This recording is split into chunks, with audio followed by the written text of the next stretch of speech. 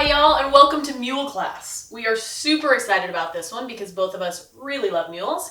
They might be some of our favorite drinks, but we also do say that a lot. We do. Well, what can we say? We make good drinks and so will you.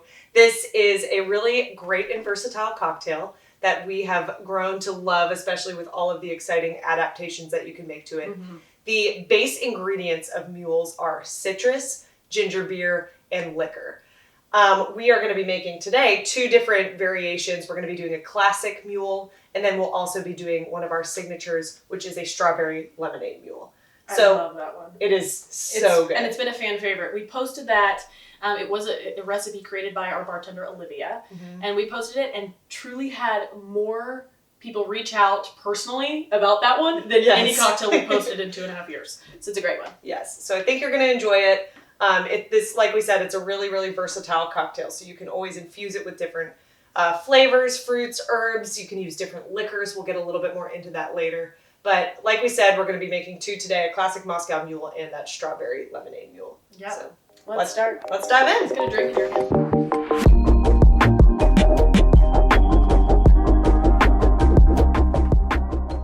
All right, so we're going to start with the classic here. I'm going to have Jess fill with ice. It's going to be your first step in this cocktail. It is a build over ice cocktail, which is exactly as it sounds. A good rule of thumb when you're building a cocktail is to always start with your most expensive ingredient, in this case, and most cases, the liquor. This is just, in the event that you overpour, underpour, you can always adjust rather than wasting any ingredients. We are making a classic Moscow Mule, and that is because we're using vodka here. Just another note. Mules are a really, really great way if you've got a liquor that you're not super fond of, or if you've got a liquor that's been, a cheap liquor that's been sitting on your shelf and you're trying to get rid of. Mules hide the taste of liquor very well, especially if you're not a fan of liquor in general. There's some people that just don't like the taste of liquor, and this is a really great option for them. So, like I said, I put 1.5 ounces of vodka in there. That is your typical cocktail pour. Because this is being used, we're using vodka, it's a Moscow Mule. So like Jess said, because it's so versatile, it changes, the name of the mule changes with every liquor that you use. So if you were to use a tequila, which is what we're going to do later, that would be a Mexican mule. Mm-hmm. If you used Kentucky bourbon, you got a Kentucky mule. You use Tennessee whiskey, Tennessee mule, and so on and so on. It gets a little different when you throw rum in there. It does become a dark and stormy. So if you ever see that on a menu, know that that is still in the mule family. They're all related. And if you see a gin mule, which I think is so cute, it's obviously gin. So pretty self-explanatory. It really does change the flavor. The liquor you're using really does change the flavor. You wouldn't think it would alter it all that much because that ginger beer is strong. That's actually why it's called a mule, because ginger beer gives such a kick. We typically we always like to give Trader Joe's a shout out because they make the best ginger beer we've come across. It's very, very good. Just show you right there. It's a strong one. But there's all kinds of ginger beers out there. This is just the one we kind of have gravitated towards. But feel free to grab any ginger beer that you find. Yeah. So once you've decided on your liquor, maybe you're making a few different ones so you can know what they all taste like, you're going to add your citrus, which is the second staple ingredient of a mule. I'm just going to squeeze half of a lime here. This is our favorite bartending tool. You'll see this all over our everything in every class. It saves your hands as a bartender or as a chef, depending on what you're doing. So once you've got your liquor and your citrus in there, we're going to top with the ginger beer. Pour that in. Give it a nice kick. Perfect. And last but not least, we're going to garnish. We're a big believer in garnishes because it showcases to your drinker, whether it be yourself or a friend, what flavor notes they can expect to be tasting. We've seen all kinds of fun mules too with kind of like a toothpick or spear of some sort with like a ginger candy on it. That's a really fun way to jazz it up a little bit. Your garnish is kind of your opportunity to get creative with this cocktail. So there you have it, classic mule.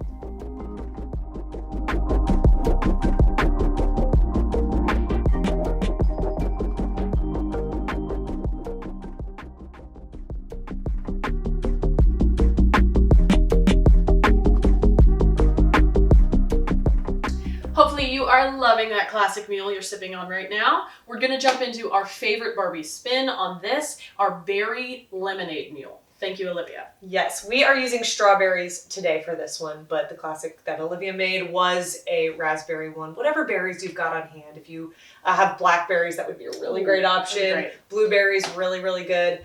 Strawberries are also delicious. So whatever you've got on hand, whatever you're feeling, whatever's in season, just infuse it with that.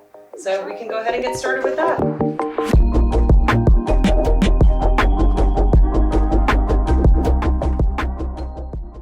We're going to start with the muddling process. So that is just a way to kind of infuse the flavor of whatever cocktail you're doing.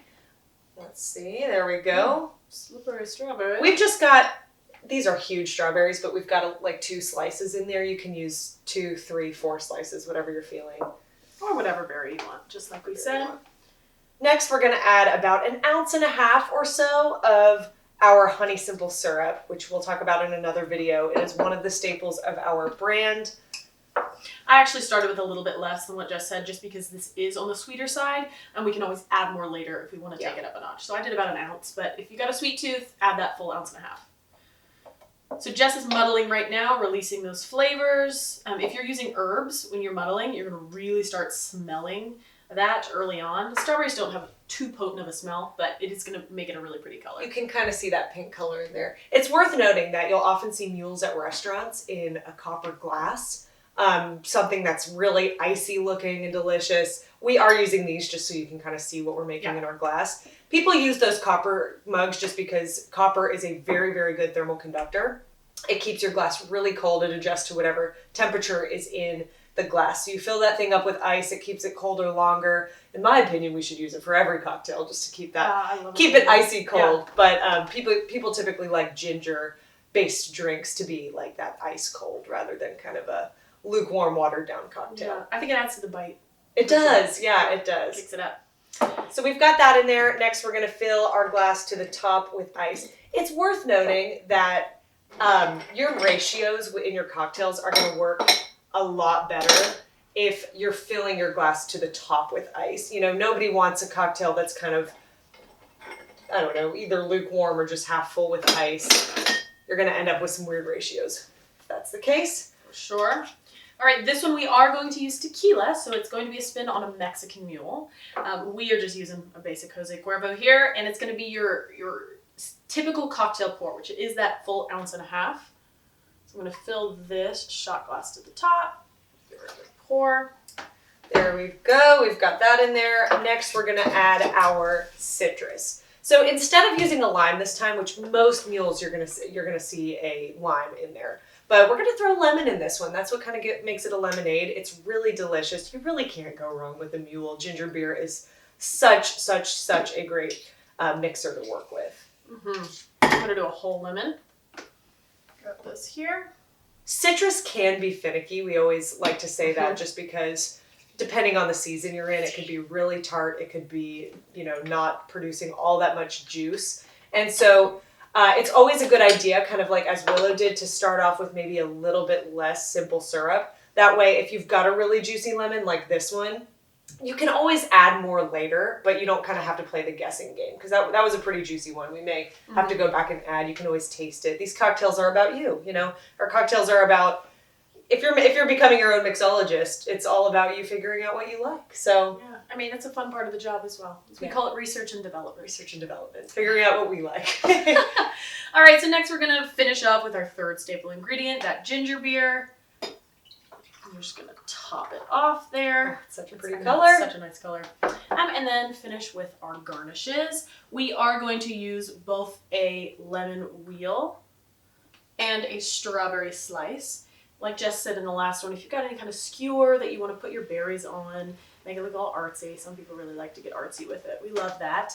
Just makes it so pretty. So look at these cute little mules. Just like Jess said, these would typically be in a copper mug, but we wanted you to be able to see kind of what they look like and why we're building it in these cute little roundabout ladies. Yes. All right, and there's your mule. Cheers!